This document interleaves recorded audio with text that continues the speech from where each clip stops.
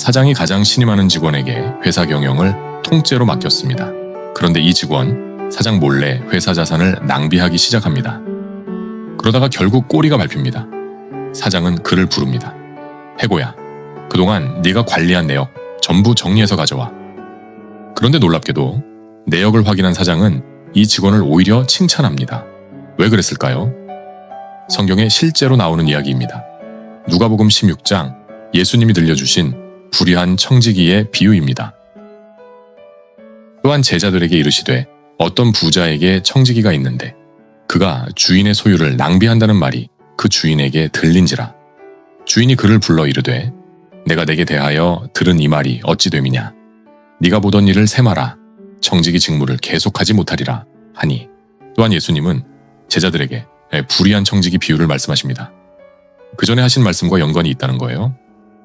누가복음 15장에서 예수님은 잃어버린 한 마리 양, 잃어버린 한 드라크마, 잃어버린 한 아들을 찾는 비유를 말씀하셨죠.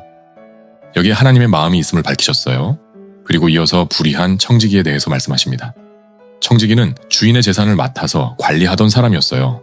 그만큼 주인의 신임을 받았고 그에 따른 책임도 있었죠.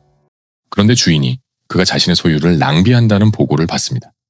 여기서 낭비하다는 헬라어 원어는 하나로 모여있는 것을 흩어버린다, 분산시킨다는 뜻이에요. 앞서 비유로 말씀하신 하나님의 뜻, 곧 잃어버린 자기 소유된 백성을 찾아서 모으는 것과 반대되는 이미지입니다. 예수님이 말씀하셨죠. 나와 함께 아니하는 자는 나를 반대하는 자요. 나와 함께 모으지 아니하는 자는 해치는 자니라. 청지기는 자신의 살림을 믿고 맡긴 주인의 신뢰를 깨뜨리고 주인의 소유를 흩어버렸어요. 이 사실이 전해지자 결국 주인은 그에게 결산을 요구하며 청지기 직무를 그만두게 합니다. 청지기는 주인이 결산을 요구한 게 무슨 의미인지 알았습니다. 그가 주인 몰래 행한 모든 것이 곧 드러나게 된다는 것을요. 우리도 언젠가 주님 앞에서 모든 것을 결산할 거예요. 그때 우린 아무것도 숨길 수 없습니다. 지으신 것이 하나도 그 앞에 나타나지 않음이 없고 우리의 결산을 받으실 이의 눈앞에 만물이 벌거벗은 것 같이 드러나느니라. 주인을 속일 수 없다는 것을 아는 이 청지기, 앞으로 어떻게 할까 고민하다가 마침내 결심합니다. 내가 할 일을 알았도다. 이렇게 하면 직분을 빼앗긴 후에 사람들이 나를 자기 집으로 영접하리라 하고 청지기는 자신에게 남아있는 권한을 이용해 해고된 이후의 미래를 준비하기 시작해요. 그가 택한 방법은 주인에게 용서를 구하는 것도 아니고 장부를 조작해서 자신의 결백을 꾸미는 것도 아니었어요. 그는 주인에게 빚진 사람들을 불러 빚을 줄여줍니다. 어떤 품목에는 50%, 어떤 품목에는 20%. 그렇게 해서 자신이 실직했을 때 신세질 수 있는 인적 네트워크를 만들면서 그들에게 도덕적 부채감을 심어놓습니다. 주인이 이 옳지 않은 청지기가 이를 지혜 있게 하였으므로 칭찬하였으니 주인은 불의한 청지기를 왜 칭찬할까요? 주인이 칭찬한 건 그의 불의함이 아니라 그의 처세였어요. 여기서 지혜 있게 라는 말의 헬라어 원어는 상황을 분별하고 자신에게 필요한 행동을 선택하는 슬기롭고 기민한 지혜를 뜻합니다. 불의한 청지기가 어떻게 지혜롭게 행했다는 걸까요?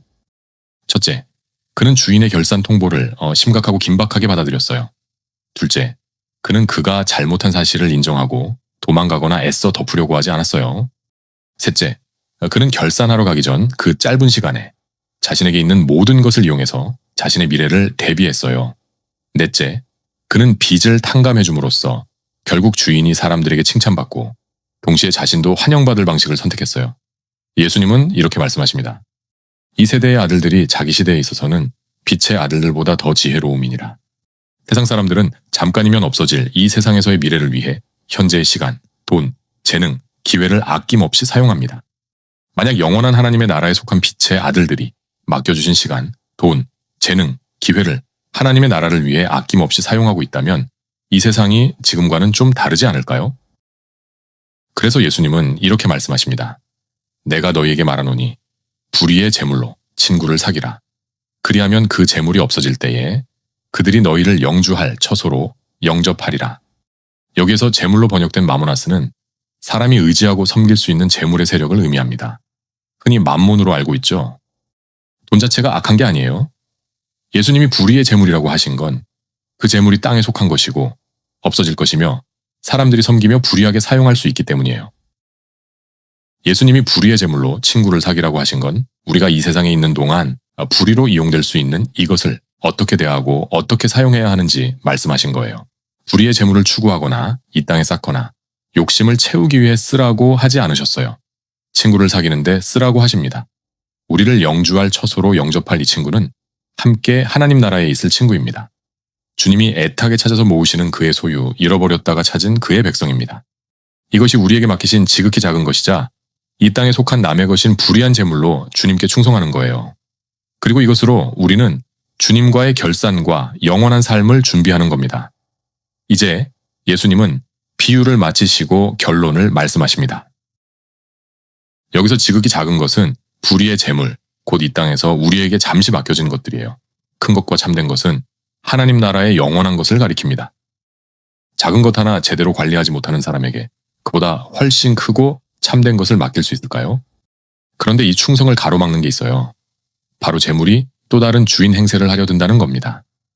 예수님은 분명히 말씀하셨어요. 너희는 하나님과 재물을 겸하여 섬길 수 없느니라. 여기서 섬기다의 헬라어는 단순히 봉사한다는 뜻이 아니라 종이 주인을 섬기듯 절대적으로 예속된다는 뜻이에요. 예수님은 재물을 그 정도의 무게로 보고 계신 거예요. 단순한 물질이 아니라 사람이 자신을 종으로 내주어 섬기는 강력한 세력으로요. 그러니 재물의 영역에서 충성되지 못하면 결국 다른 어떤 영역에서도 진짜 충성은 어렵습니다. 우리 마음에는 주인의 자리가 하나밖에 없어요. 지금 그 자리에 하나님이 계신가요? 아니면 다른 무언가가 앉아 있나요? 오늘 이야기 속 그 청지기, 주인 앞에서 결산해야 했습니다.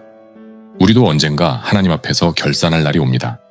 그런데 그 결산 앞에서 중요한 건 하나입니다. 내가 누구를 주인으로 섬기며 살았느냐는 거죠. 진짜 청지기는 주인의 신뢰를 저버리지 않고 주인의 뜻에 따라 맡겨주신 것에 충성을 다합니다. 그렇다면 지금 나는 어떤가요? 하나님이 맡기신 재물과 시간과 재능으로 나는 무엇을 하고 있나요? 사라질 것에만 쏟아붓고 있진 않은지 아니면 하나님의 흩어진 소유를 모으는 데 힘쓰고 있는지 점검해 보시길 바랍니다. 너희를 위하여 보물을 땅에 쌓아두지 말라. 거기는 좀과 동록이 해하며 도둑이 구멍을 뚫고 도둑질하느니라. 오직 너희를 위하여 보물을 하늘에 쌓아두라. 거기는 좀이나 동록이 해하지 못하며 도둑이 구멍을 뚫지도 못하고 도둑질도 못하느니라. 아멘.